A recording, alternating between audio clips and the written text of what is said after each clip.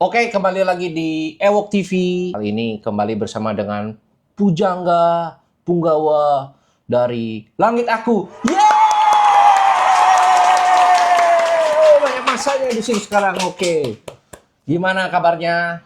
Magina Baroka. Baik bro, thank you banget. Magina Baroka bener. Iya Magina bro. Sekedar info, jadi gue selalu mempromosikan. Jadi walaupun Oka ini sekarang sedang sekolah di Online, basisnya di Colorado, subjeknya Hellenistic Astrologi. Oke. Gurunya namanya Chris Brennan.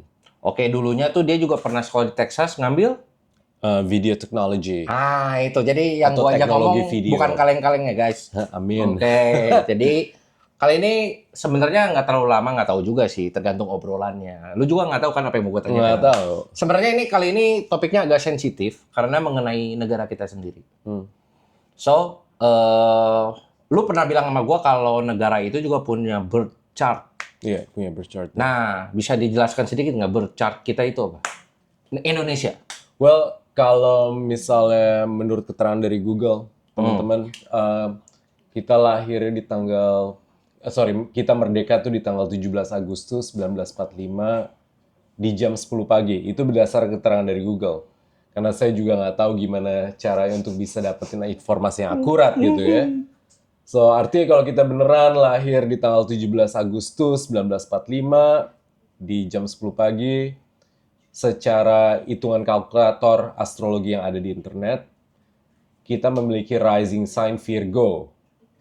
Biarpun tentunya kebanyakan orang mungkin pasti akan mikir kalau misalnya bintang dari negara Indonesia ini adalah Leo, karena memang kita lahir di tanggal 17 Agustus.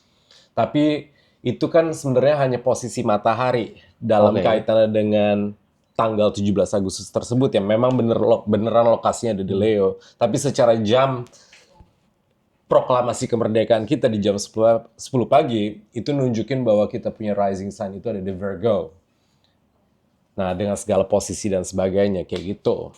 Oke. Nah, kita jadi di tahun ular ini, kita mesti ngeliat kita itu sedang lagi ada di fase ulang tahun keberapa dari negara kita dengan tema apa yang sedang dihadapi. Itu sih ada tekniknya. Ada tekniknya. Ada tekniknya. Lu pernah coba menjabarkan sendiri? Kalau untuk gue pribadi pernah. Boleh sharing dong. Boleh. Nah, gue mau nanyanya lebih gini sih. Sebenarnya kan banyak yang ngomong kan negara kita tuh kaya gitu. Kita ngomong dari sisi suku bangsa dan budaya ya. Berarti kan banyak sekali gitu. Kayaknya di dunia cuma negara kita doang. Nah, tapi itu tuh ketika negara Indonesia dibikin kan berchartnya itu dengan segala suku dan macam-macam itu ngaruh banget nggak sih ke masa depan orang-orang ini juga yang ada di dalam negara itu? Dengan berbeda-beda etnis atau apa suku bangsa gitu. Kalau secara teori ya tentunya. Jadi ngikut gitu. Emang itu yang dijadikan acuan karena ketika ada segelintir pihak yang sudah menyepakati sebuah peristiwa, itu sama aja itu artinya ekuivalen dengan sebuah kelahiran. Oke. So, jadi itu bisa disimbolkan sebagai kelahiran. Nah, maka setiap peristiwa yang sudah ditetapkan atau sebuah keputusan yang sudah ditetapkan itu pasti bisa dikaitkan dengan peta kelahiran gitu loh. Jadi walaupun dulunya ada kerajaan ini berdirinya tahun 1800 sekian misalnya. Ketika dia bersepakat untuk bergabung di 17 Agustus itu, dia ngikut kayak lahir baru gitu. Betul. Wow. Tepuk tangan dulu guys. Gila, ini seru juga ya. Tapi kalau mau ditelaah beneran gitu ya, yang sampai sejauh ini gue juga nggak tahu gimana cara nelaahnya. Oke. Yang harusnya dijadikan acuan dalam kaitan dengan peta kelahiran Indonesia adalah ketika emang ini udah resmi disepakati secara balik layar. Tanpa mesti diproklamirkan. Gitu. Makanya lu tadi bilang info yang bisa lu dapat. Ya itu. Tapi secara sahnya ini sebenarnya lahir sebelum diumumin gitu. Itu kan lahir. Oke. Beda sama kelahiran anak yang emang konkret ya harus nunggu keluar dari rahim ibunya. Betul. Tapi kalau udah negara ya berdasarkan tapi kontrak. Tapi lu pernah nyoba baca bercat negara lain nggak, kayak misalnya yang kita tahu negara maju lah, kayak negara favorit kita bersama lah, Jepang gitu. Lu pernah? Kalau Jepang, gue sampai detik ini susah untuk nyari waktu kemerdekaan yang paling tepat dan yang paling valid gitu loh. Karena agak ribet begitu gue lihat di Wikipedia. Tapi kalau Cina gue belum pernah, Korea yang gue pernah. Oh, Korea. berdirinya Republik Korea. Itu sama lu ngelihat dengan karakter negaranya sekarang ini itu ada ngaruh? Sejauh ingatan gue, iya. Tapi detailnya seperti apa, gue nggak inget. Cuman satu hal yang menurut gue itu menarik adalah fakta bahwa masyarakat Indonesia itu mudah sekali terinfluence oleh kultur Korea. Itu berkaitan dengan rising sign dari negara Korea itu adalah Taurus. Sementara rising sign kita itu Virgo. Nah, apa kaitannya? Virgo dan Taurus itu adalah kedua tanda zodiak yang memiliki elemen tanah. So, secara teori itu, secara natural itu dia klop. Apalagi shio-nya kita sama shio-nya Korea sama. Tahun 45 juga kalau nggak salah mereka. Cuma beda hari aja. Oh gitu. Jadi unsur itu mempengaruhi juga, makanya di negara kita banyak yang seneng banget Korea gitu itu. Secara nggak langsung. Iya, kalau ngikutin teorinya ya harusnya masuk akal aja gitu. Oh, makanya merebak di sini gitu. Yoi. Oh gitu ya. Lucu juga ya. Oke. Nah, gue mau nanya lagi lebih dalam. Bagaimana dengan karakter orang-orang di kita? Apa itu ngaruh? Sangat-sangat ngaruh. Karena rising sign dalam kaitannya dengan seorang individu aja itu artinya adalah sebuah pertanda yang ngebuat kita bisa memahami secara garis besar kita tuh seperti apa sebagai individu. Nah, tapi kalau rising sign dalam kaitan dengan sebuah negara, itu artinya dia adalah sebuah pertanda yang mewakili masyarakatnya seperti apa. Oke. Nah, jadi bisa dikatakan masyarakat Indonesia itu secara naluriah itu banyak sekali dipengaruhi oleh indikasi-indikasi yang berhubungan dengan Virgo. Gitulah. Bisa kasih contoh keseharian? Keseharian, jago akal-akalan. Ya kan? Kemudian sibuk nanyain bagaimana caranya ketimbang mengilhami sebuah konsep. Jadi lebih fokusnya itu gimana praktisnya ketimbang mengilhami sebuah konsep gitu loh. Itu Virgo banget. Oh gitu.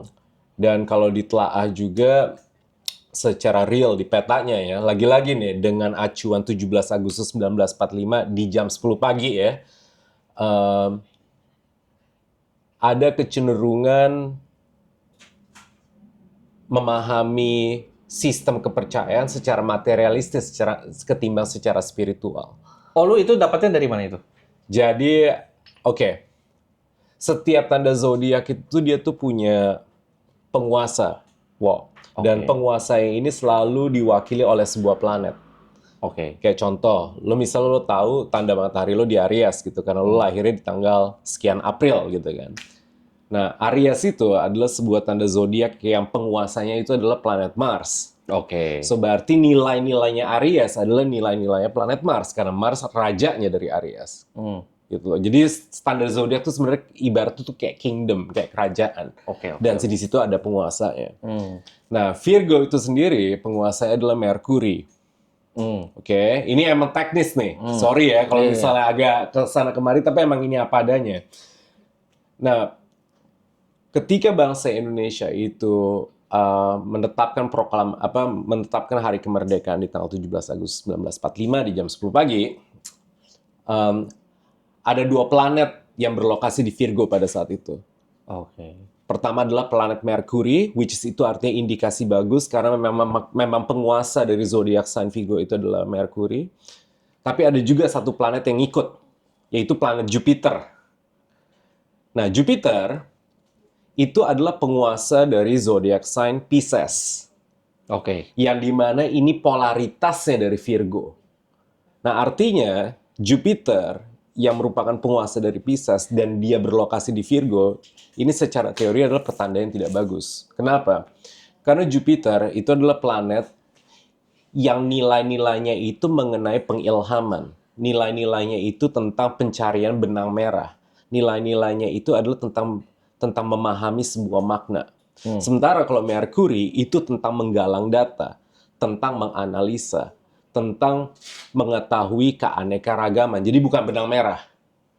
Nah, jadi ketika Jupiter ada di Virgo, Jupiter lagi ada di sebuah tempat yang nggak nyambung dengan sifat dasarnya. Makanya dari situ, gue bisa berkesimpulan, karena Jupiter itu di luar tentang pencarian makna, tentang pencarian benang merah dalam sebuah konteks, dalam kaitan dengan multi konteks, benang merahnya di mana gitu kan. Tapi Jupiter juga melambangkan tentang spiritualitas atau religi. Oke. Nah, ketika Jupiter itu berlokasi di tempat yang nggak sesuai dengan nilai-nilai dasarnya, which is the Virgo, itu yang tadi ngebuat gue akhirnya menyatakan bahwa akhirnya sistem ketuhanan cenderung lebih digunakan sebagai sarana yang basisnya itu materialisme ketimbang spiritualitas itu sendiri. Gitu. Itu karena tadi terjadi bentrokan yang tidak seharusnya itu ada di situ gitu. Boleh kalau lo mau pakai bahasa itu. Bahasa sehari-hari. Iya. Gitu. Oh, jadi baiknya memang dihitung gitu. Iya, makanya cenderung masyarakat negeri ini ya bisa dikatakan apabila mereka terjerumus gitu ya jadi ekstrim. Oh gitu. Jadi wow. Bukan menjadikan sistem kepercayaan ini sebagai alat untuk bisa mendekatkan dirinya pada ilahi, tapi cenderung malah terbalik, malah menyembah sistem kepercayaan. Sistemnya? Ya, karena dia ngeliat sesuatu secara material gitu loh, bukan secara spiritual. Dia ngeliat lo pakai mobil apa, mobil yang mana yang lebih bagus gitu loh. Oke. Sementara mobil-mobil top gitu, let's say lah lo bilang lah Audi, Mercedes, gitu atau apa lagi, BMW gitu. Kan susah ya bilang yang mana paling bagus. Tapi yang pasti bagus kan. Iya. Nah, jadi poinnya kan harusnya kalau kita ngelihatnya dari sisi spiritual, nggak ada masalah kendaraannya mana. Yang penting bisa ngebawa lo ke tujuan lo gitu loh. Tapi dengan Jupiter ada di Virgo, jadi cenderung malah pusinginnya tentang kendaraannya mana yang bisa ngebawa lo. Oh, makanya nggak beres-beres. Nah, kalau secara Iya. pandangan gue seperti itu, gitu. Karena gue juga berapa kali berhubungan dengan orang yang kayaknya kok lebih memusingkan caranya daripada ujungnya. Iya. Itu ngaruh ya? Ngaruh dong, karena cara bisa beragam, Wol. Kayak gue nggak bisa nyalahin lo sukanya gitar. Oke. Tapi tujuan lo adalah untuk bisa memberikan kontribusi secara musikal di dalam sebuah musical performance gitu kan. Dan gue juga nggak bisa nyalain diri gue nggak incen di gitar, gue lebih incennya di bass gitu. Iya, oke.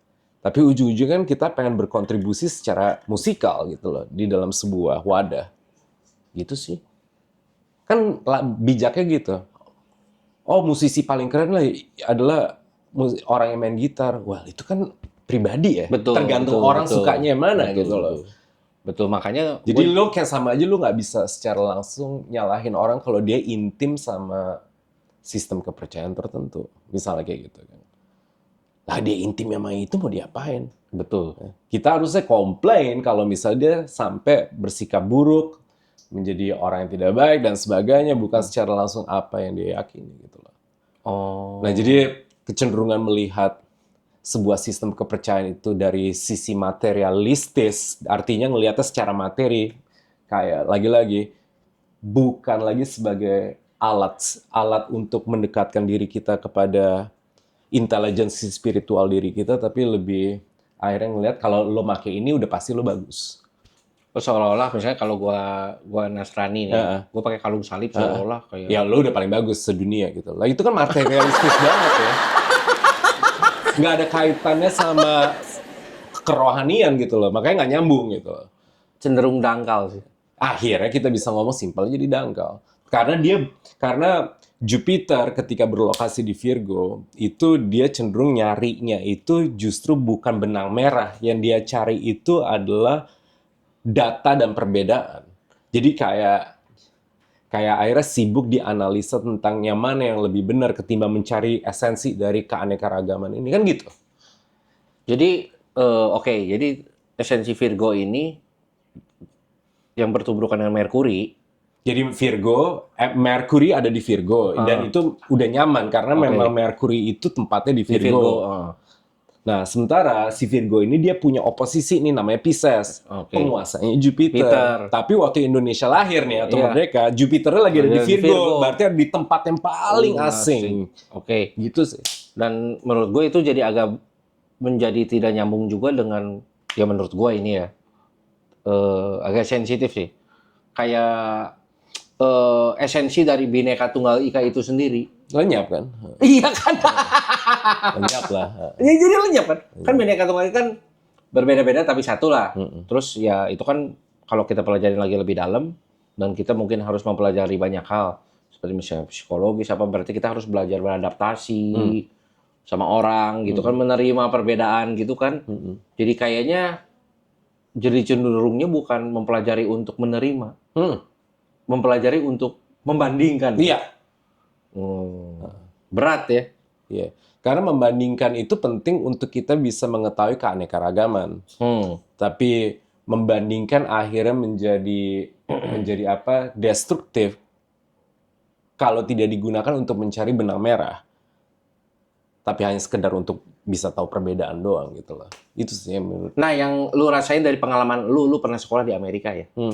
Di Texas. Kita nggak bandingin sama negara kita lah. Udah of course memang ketinggalan kan. Cuman maksudnya, lu tahu birth chart Amerika pernah baca? Secara langsung ngepelajarin belum, tapi kalau secara tahu umumnya iya udah tahu. Udah tahu. Yang lu rasain di sana apa waktu itu? Oke. Kalau gue sendiri dikaitkan dengan hal-hal seperti ini. Gitu. Iya. Gue kebetulan rising sign gue Libra. Oke. Nah, kemudian Amerika itu rising sign-nya itu Sagittarius. Jadi kalau secara sistem astrologi, Libra itu kan adalah sebuah zodiak yang jaraknya dengan Sagittarius itu hanya satu zodiak juga. Jadi simpel lagi nih. Libra dulu, Scorpio baru Sagittarius. Nah, artinya dari Libra ke Sagittarius ini ada jarak 2. Lengkap. Dan ini secara teori itu dibilangnya harmonis. Nah, waktu gue ada di Amerika, ini tapi gue nelaahnya sekarang ya, bukan zaman dulu gue kagak ngerti gitu ya. Tapi setelah gue telah sekarang ya nggak heran di sana gue rasa itu lebih harmonis secara pikiran, tubuh dan jiwa gitu loh. Karena secara masyarakatnya itu klop dengan gue punya individualitas. Gue punya true self sebagai Libra, ini lebih cocok di sana. Gitu loh. Nah, salah satunya mungkin kalau ada yang pernah pelajarin astrologi, entah dalam atau enggak, tapi tahu Sagittarius. Sagittarius itu memang tentang keterbukaan. Sagittarius itu memang tentang eksplorasi. Sagittarius itu tentang aspirasi. Jadi ketika ada antusiasme, semua pasti akan mendukung. Jadi secara kultur gitu ya, yang bikin enak di sana adalah ketika kita punya gagasan, ketika kita mungkin punya gagasan atau kita punya aspirasi atau kita sedang lagi berantusiasme, itu secara kultur, lingkungan itu kayak mendukung aja gitu. Oke, that's good. Ketimbang dikritik, ketika orang ada ide itu malahan ditanya dan cenderung malah oke, semoga lu sukses gitu loh. Jadi optimisme tuh itu yang lu rasain. Iya, meskipun lu kan di sana jadi minoritas. Iya. Serius lu? Iyalah. Gue di sana minoritas tapi gue lu di Texas lagi. Iya, gue minoritas ya, tentunya gue minoritas, tapi temen gue soalnya semua orang Amerika, jadi gue bisa ngerasain gimana rasanya ada di dalam sebuah kultur. Jadi gini guys, kalau lu di Amerikanya di LA, Los Angeles, which means is very different dari Dallas ya. Dari Dallas.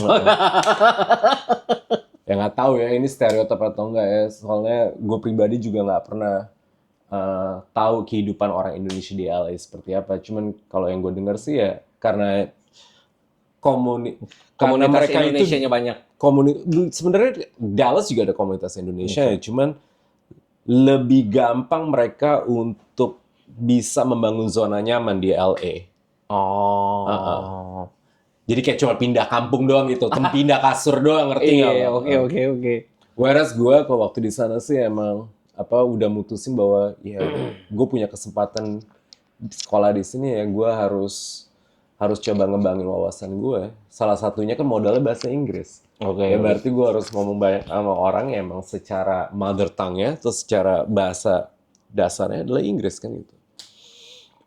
Ya udah dari situ akhirnya gue mutusin ya nggak. Nah, Gue lu mesti waktu sekolah di DLS itu mah nggak sadar hal-hal ini tuh yang tadi lu ngomong. enggak dong, ya lah, belum lah. Sadarnya begitu pulang ke sini.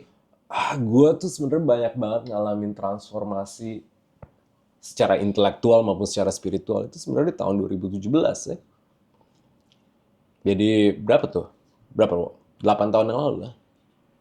Lu pulang dari Amerika tahun? 2009. Oh, lama juga. Lama dong. Berarti lu lumayan ada di hidup lu ada yang menelaah balik kembali. Oh, dulu gue di Amerika. Iya. Ya, intinya di tahun 2017 ada satu kejadian yang membuat gue itu secara mental dan emosional terpuruk. Dan isu ini bukan isu profesional tapi personal. Dan pada saat itu gue ngerasa gue harus bisa bangkit lagi. Artinya gue harus bisa sembuh lagi dari luka batin gue. Dan nggak tahu kenapa gue memutuskan untuk masuk ke dalam literatur psikologi. Artinya gue belajar psikologi secara otodidak kayak dari segala sumber yang bisa gue akses. Sampailah muncul 3 guru buat gue pribadi ya. Gue nganggep ini 3 guru gue yang gue nggak pernah ketemu secara langsung. Dan 2 adalah orang kontemporer, yang satu lagi udah meninggal lama banget tapi dia juga legend. So yang kontemporer itu adalah Gabor Mate dan Jordan Peterson. Salute to them ya, mereka orang Kanada semua. Dan mereka terkenal sekali di era sekarang untuk orang-orang yang tertarik dengan pembenahan diri.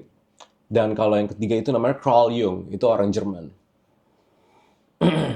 Jadi Carl Jung itu banyak yang mengatakan bahwa dia adalah successor dari Sigmund Freud, psikolog legendaris juga dari Jerman.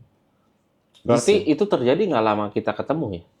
Nggak lama. Gue ketemu sama lo, gue udah masuk di fase itu. Oh, pantesan ya. Oke.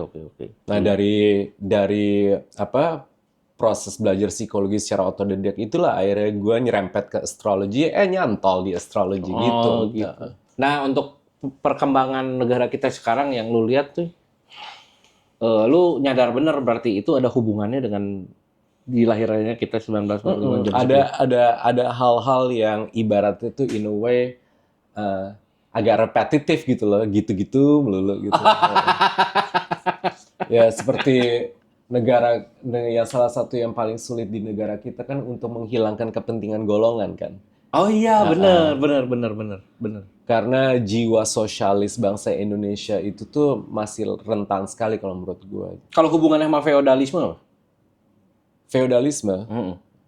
Hubungannya dengan feodalisme kalau menurut gue, di dalam kaitan dengan Burchard gitu? Iya. Ada nggak? Mungkin kalau dijabarin gimana cara gue nelaah kan ribet. Betul. Ya. Cuman di dalam Burchard kita tuh ada indikasi bahwa harga diri bangsa kita itu, harga diri masyarakat bangsa Indonesia, artinya mau dari yang kelasan rakyat sampai elit,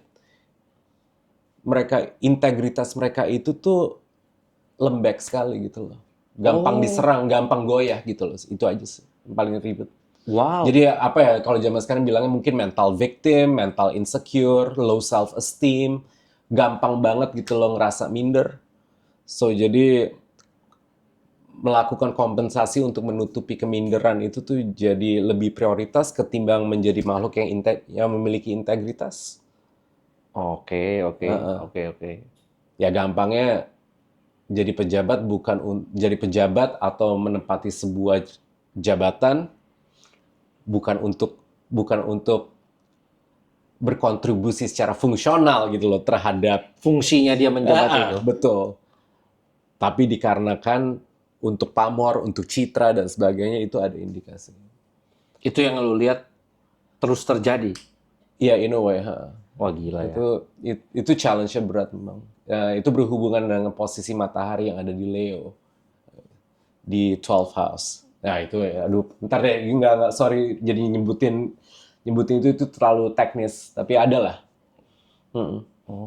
Ya intinya yang dari tadi gue omongin teman-teman sekalian, nggak ada urusannya dengan saya seakan-akan tahu gitu loh tentang negara Indonesia. Enggak lah, tetap aja semua juga diatur sama Yang Maha Kuasa. Cuman tadi saya ngomongin kalau secara teoritis ada indikasi tersebut di dalam petanya bangsa Indonesia gitu. Oke, menarik ya. Jadi kali ini segini dulu. Barangkali bisa dilanjutin di langit aku nanti, atau mungkin juga di sini. Oke, thank you Oka. Thank you. Udah mau ngomongin hal-hal berat ini. Ini lumayan berat nih dan agak tepi jurang.